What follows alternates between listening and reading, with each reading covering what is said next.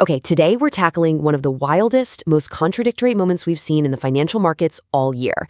I mean, it's like a giant puzzle. On one side of the street, you have this massive booming rally, but on the other, a dramatic high-speed crash. And the asset taking the absolute brunt of the hit is the flagship cryptocurrency itself, Bitcoin. Let's dive straight into the damage. $59,099. That was the brutal low we hit on Friday, capping off a week that wiped out literally 16% of Bitcoin's value in a matter of days. That drop sinks the asset down to its lowest level in months, completely shaving massive value off its previous all-time highs.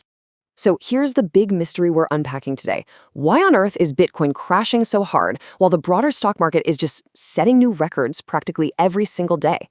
It's a truly bizarre divergence. We are essentially watching a freezing crypto winter happen right smack in the middle of a blazing tech summer. To really understand this paradox, we need to trace exactly how this sell-off started and look at the actual forces pulling capital out of the crypto space. Section 1. The Catalyst. What triggered the drop? Well, it was basically a rapid-fire domino effect. It started with step 1, when MicroStrategy, the company founded by Michael Saylor, sold a fraction of its Bitcoin holdings. Now, in a jittery market, even a tiny sale by a massive whale like that sparks fear. That led directly to step 2, tanking sentiment and hundreds of millions of dollars in forced liquidations. And then, bam, we hit step 3. Right as crypto was bleeding out, a surprisingly hot May jobs report spiked Treasury yields, which put absolute maximum pressure on risk assets across the board. And man, the collateral damage was intense. It wasn't just Bitcoin taking the heat. MicroStrategy's stock itself took a massive 24% hit for the week.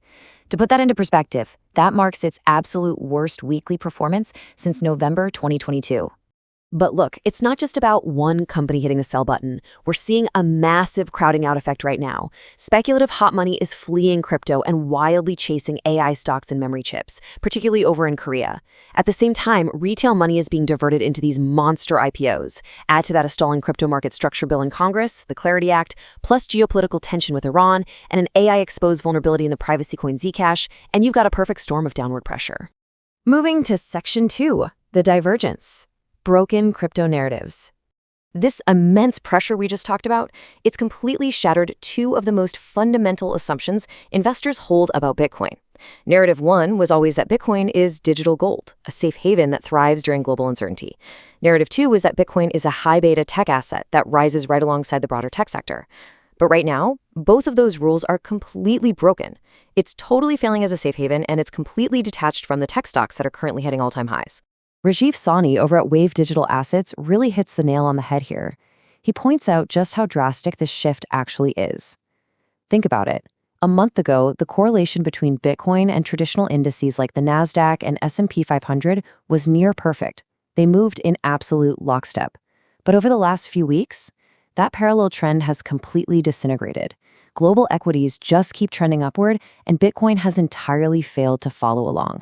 Which brings us to Section 3, the ETF exodus, shifting momentum. Remember how Bitcoin ETFs were the massive engine pushing the price up to its previous peaks? Well, recently we watched a brutal, record-breaking 13-day streak of ETF outflows.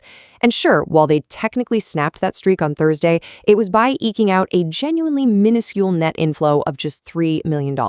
It's basically a tiny drop of green in an otherwise very, very red ocean. To really put those abstract numbers into perspective, just think about the sheer volume of cash evaporating here. Back on May 14th, total ETF net assets sat at a staggering $107.8 billion. Currently, they've plummeted down to $80.4 billion. That is over $27 billion exiting these funds in just a few short weeks. It really highlights exactly how fast institutional momentum can completely reverse course. But wait, let's look at Section 4, the bullish counter perspective. Is it time to buy the dip? Because despite this incredibly bloody week and all those broken market narratives we just walked through, some experts are actually seeing a golden opportunity. Take Strive CEO Matt Cole, for example. He argues that if you look past the immediate panic-driven price action, Bitcoin's fundamentals have, in his exact words, never been better. The core underlying metrics of the network itself remain incredibly strong, completely regardless of the hot money that's currently fleeing to AI and IPOs. To really grasp why he's so optimistic, we need to quickly look at a classic technical indicator, the 200-week moving average. Basically, it's a highly respected metric that investors use specifically to identify long-term macroeconomic market bottoms. And guess what? Right now, Bitcoin has dropped down to touch that exact historical line. And why does that specific line matter so much? Because, as Cole points out, this is only the 5th time in history that Bitcoin has ever touched its 200-week moving average. And the previous 4 times, they were the absolute perfect moments to buy the dip. He argues this 5th time is going to play out exactly the same way, richly rewarding the folks who step in and buy while the broader market is busy panicking. So as we wrap up this explainer, I want to leave you with this to chew on. Do you trust the historically bulletproof track record of the 200-week moving average? Or do the completely broken narratives of today's bizarre market change the rules of the game entirely? The paradox is right in front of us, but how you handle your portfolio is entirely up to you. Thanks so much for joining me to unpack this one, and I'll see you on the next explainer.